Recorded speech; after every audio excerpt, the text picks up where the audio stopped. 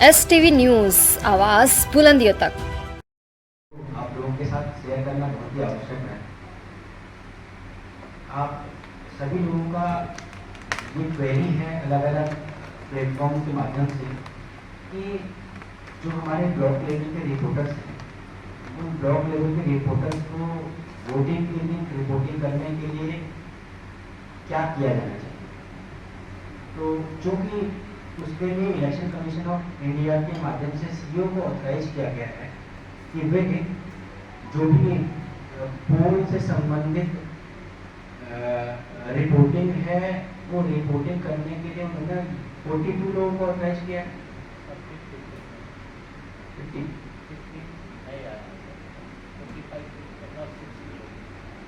60 लोग उन लोगों को ऑथराइज किया है। और अगर आपको लगता है कि ब्लॉक लेवल पर आपको किसी आदमी को ऑथराइज करना है तो आप कर सकते हैं। आप लोग स्वतंत्र हैं।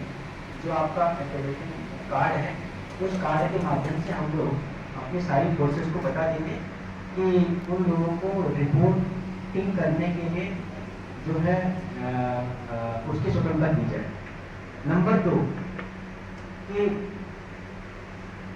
लेकिन जिनको भी आप लोग ऑथराइज करेंगे उस पर्टिकुलर डे में, उनके पास जरूर आपका जो हमारे ब्यूरो चीफ रहेंगे यहाँ के डिस्ट्रिक्ट के, उनके माध्यम से एक पत्र जरूर निर्गत किया जाना चाहिए कि ये स्पेशल पोल डे के लिए अरेंजमेंट किया गया।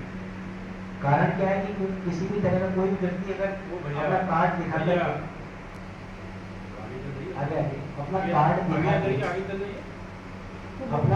कार्ड दिखा के कोई भी आदमी का पता तो चलेगा नहीं, एज लॉन्ग एज उसके पास ब्यूरो चीफ का ऑथराइजेशन लेटर। तीसरी महत्वपूर्ण बात कि कोई भी व्यक्ति, कोई भी रिपोर्टर, उनको बूथ का अरेंजमेंट देखने के लिए पूरी रिपोर्टिंग की स्वतंत्रता है, लेकिन किसी भी तरीके से बूथ के कंपार्टमेंट का कोई वीडियो फोटो फुटेज बाहर नहीं करें। वो रिप्रेजेंटेशन ऑफ पीपल्स एक्ट में वोट सीक्रेसी का जो शीर वायलेशन है। अगर पता चलेगा तो फिर ऐसी स्थिति में बहुत हमारे जिले की तो बदनामी होगी, अनावश्यक रूप से उनके विरुद्ध भी हमको कार्रवाई करनी पड़ जाएगी। तो हमारा रिक्वेस्ट है आप सभी लोगों से, कई बार अनभिज्ञता में लोग करते हैं, ऐसा नहीं कि आप लोग चाहते हैं ऐसा करना, लेकिन अनभिज्ञता में ऐसा हो जाता है। तो कृपया करके उस तरह की चीज को आप बिल्कुल भी अपने दिमाग में रखे रहिएगा। कोई भी व्यक्ति सर एक चीज क्लियर किया जाए सर, जैसे कि ईवीएम दाबते हुए फोटो होता है, ये आता है अखबार में सर, इस बार हम लोग ले सकते कि नहीं? एकदम नहीं लेना। ईवीएम दाबते हुए की फोटो तो लेना ही नहीं होगा। नहीं, जैसे घेरा रहता है सर, घेरा से सर दिख रहा है, बहुत लोगों का छपता है, मोदी जी का छपता है और लोगों का छपता है डिस्टेंस से, मतलब वो वोट डालते हुए नहीं। आपको हम बता देते हैं किससे बता देते हैं। मैं आपको 4-5 दृष्टांत बता दूं। आपने एक वीडियो जरूर देखा होगा जिसमें एक छोटा बच्चा है, 17 साल का, वो अपना सेल्फी खींच रहा है और फोटो डाल रहा है, मतलब हालांकि वो तो बहुत सारे क्राइम कर रहा है। वो पहला क्राइम तो ये कर रहा है कि 18 साल से कम का है, दूसरा है कि वीडियो बना रहा है, तीसरा है कि 8-8 बार वोट दे रहा है।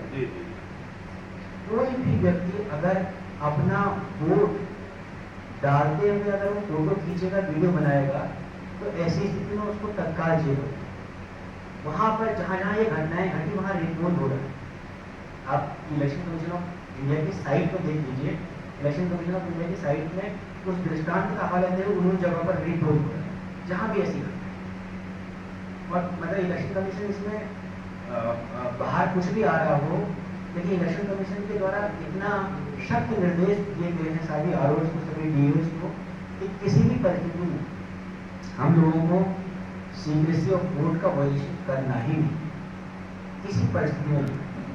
बूथ के कंपार्टमेंट की आप दूर से फोटो ले सकते हो, काफी डिस्टेंस से, से वहां है तो वहां का आप फोटो खींच सकते हो, बट ईवीएम का फोटो किसी स्थिति में नहीं। ईवीएम का ना है वो अंदर आपको बूथ के अंदर प्रवेश करने की स्वतंत्रता केवल वहां तक है जहां तक आपका बूथ कंपार्टमेंट का फोटो के अंदर जाने की मोबाइल लेके किसी को प्रिजाइडिंग ऑफिसर अभी आते हैं इस पर आते हैं। तो यहाँ तक किसी को कोई कंफ्यूजन है? अभी एक पोस्टल बैलेट में एक निर्गत हुआ है, पोस्टल बैलेट में एक फोटो रिलीज हुआ है, वो भी हम पता करवा रहे हैं किसका फोटो है, उस पर कार्रवाई करिए। आपको एक पोस्टल बैलेट देते हैं, कौन दिखा रहा है? जो बता रहा आया नहीं है एक फोटो। काम कर रहे हैं हाँ एक फोटो पोस्टल बैलेट का दिख रहा है, किसके द्वारा किया गया उसका वो साइबर को ठीक है। तो अब ठीक है, इस जिले की 3 विधानसभाएं हैं, उन 3 विधानसभाओं में आने वाले बूथ की संख्या है 1006। इस लोकसभा सीट में 6 विधानसभाएं हैं जिसमें आने वाले बूथ की संख्या है 2020। क्लियर? ये 3 कई बार बहुत लंबे समय तक क्लियर नहीं हो पाता है, लेकिन हमारी कोशिश रहती है कि आपको क्लियर करवाएं। एक होता है प्रशासनिक क्षेत्र का जो मेरे जिले का है, उसमें 974 बूथ। दूसरा है इसके 3 असेंबली कॉन्स्टिट्यूंसी राजमहल पूरे पर है जिसमें कुल बूथ की संख्या है 1006। और तीसरा आता है आपके पास इस लोकसभा सीट में, लोकसभा क्षेत्र में आने वाले बूथ की संख्या जिसमें 6 एसी है, असेंबली कॉन्स्टिट्यूंसी है, जिसकी संख्या है 2020।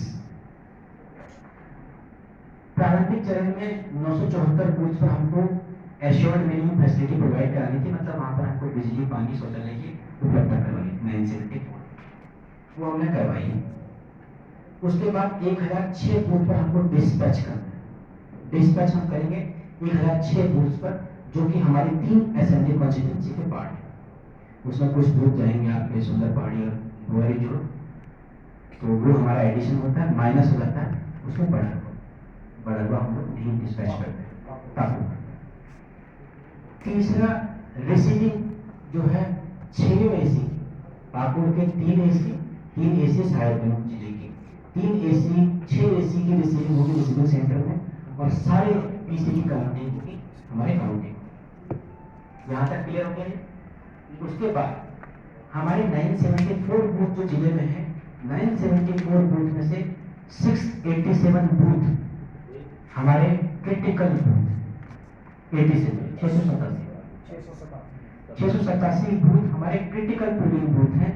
इन क्रिटिकल पोलिंग बूथ में 687 क्रिटिकल पोलिंग बूथ में से 14 बूथ ऐसे हैं जो वल्नरेबल की श्रेणी में है।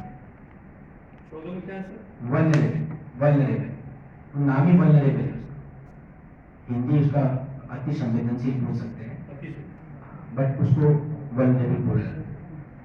तो उस 14 वल्नरेबल बूथ में जो है हम सब, मैंने और पुलिस अधीक्षक ने वहाँ 14 के 14 बूथों का भ्रमण किया है। 14 बूथों में कॉन्फिडेंस बिल्डिंग मेजर्स जो है वो लोगों के साथ किए, और इस बार संभावना है कि वहाँ पर किसी भी तरह की इस तरह की चीज न हो तो पूर्व के जो चुनाव थे उसमें संभव। तो इस बार उन सभी जगह पर हम लोग इस पूरी चुनाव करवाएंगे। इसके अलावा हाँ एकदम मिल जाएगा, अभी मिल जाएगा। इसके अलावा एक और महत्वपूर्ण बात बताना चाहते हैं, इसके अलावा सभी क्रिटिकल पोलिंग स्टेशन पर सीआरपीएफ का डिप्लॉयमेंट किया जाए, सीआरपीएफ का डिप्लॉयमेंट किया जाए। तो सीआरपीएफ का डिप्लॉयमेंट का मतलब है कि वहां पर एडिशनल फोर्स सीआरपीएफ रहेगी, उसकी क्रिटिकलिटी को देखते हैं। इसके अलावा 90 माइक्रो ऑब्जर्वर्स इन 687 क्रिटिकल बूथ में जो ज्यादा क्रिटिकल है वहां पर 90 हमारे माइक्रो ऑब्जर्वर्स रहेंगे। उसके अलावा सभी बूथ पर 974 बूथ पर वेबकास्टिंग की व्यवस्था है। वेबकास्टिंग मतलब कैमरा लगा हुआ सारे बूथ पर। तो ये एक स्टैटिस्टिक्स है, जिस स्टैटिस्टिक्स के माध्यम से हम लोग एक बार इलेक्शन करवाएंगे। हमारा जो पिछले बार का पोलिंग परसेंटेज रहा है वो 72%, 72% रहा है। इस बार हम उम्मीद करते हैं कि हमारा जो पोलिंग का परसेंटेज रहेगा वो 75% से भी अधिक हम लोग कोशिश करेंगे। आप लोगों का भी उसमें सहयोग चाहिए कि आपके आसपास जितने भी लोग हैं सभी लोग कम से कम मतदान स्थल तक जाएं। आपका जो बैलेट पेपर से जो वोटिंग हुआ है वो भी तो काउंट होगा, उसी में से परसेंटेज एकदम माइक्रो लेवल कितना परसेंट हो रहा है? अब तक हम लोगों का लगभग 5000 समथिंग जो बैलेट के माध्यम से मतदान हो चुका है। हमारा जो कुल मिलाकर के बैलेट से मतदान होने की पॉसिबिलिटी है लगभग 15,000।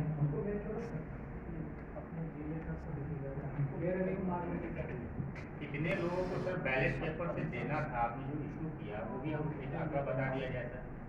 बता देते सारा देखिए number of intra district movement आप उसमें एक ब्रीफ दे दीजिए। लेकिन हम आपको रफली बता देते हैं, एग्जैक्ट फिगर आप डीपीआर साहब से ले लीजिएगा। मैं आपको रफली दो चीज बता देता हूँ। इस बार 4 लोगों को पोस्टल बैलेट दिए, 4 लोग मतलब 4 कैटेगरी के। नंबर 1 उसको बोलते हैं एब्सेंटी वोटर ABPD, और number 2 absentee voter senior citizen ABS, ठीक है, जिनको हमने फॉर्म पर दे दिया, जो कि 85 वर्ष से अधिक के हैं और 40% की दिव्यांगता। इसके अलावा एसेंशियल सर्विस में जो लगे हुए लोग हैं, एब्सेंटी वोटर ES, उन 3 कैटेगरी के लोगों को हमने 12D दिए। क्लियर? हमारे यहाँ पर 200 लोग एसेंशियल सर्विस के थे और 97 लोग ABPD और ABSC के थे। तो कुल मिला के 297 लोगों को हम लोगों ने 12D दिया। यही फिगर 297। फिर दूसरी कैटेगरी के लोग आते हैं वोटर्स जो सर्विस वोटर की कैटेगरी में आते हैं, मतलब जो कुल मिलाकर के आर्मी पर्सनल्स हैं।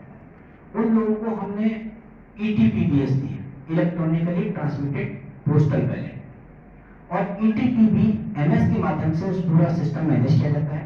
हम लोग इलेक्ट्रॉनिकली जैसे मेल भेजते हैं वैसे भेजा, लेकिन वो लोग पोस्ट के माध्यम से हमको भेजते हैं।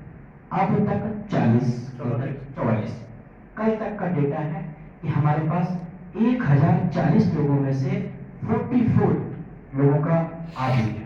हमने 1044 को भेजा था, हमारे पास मिला 44।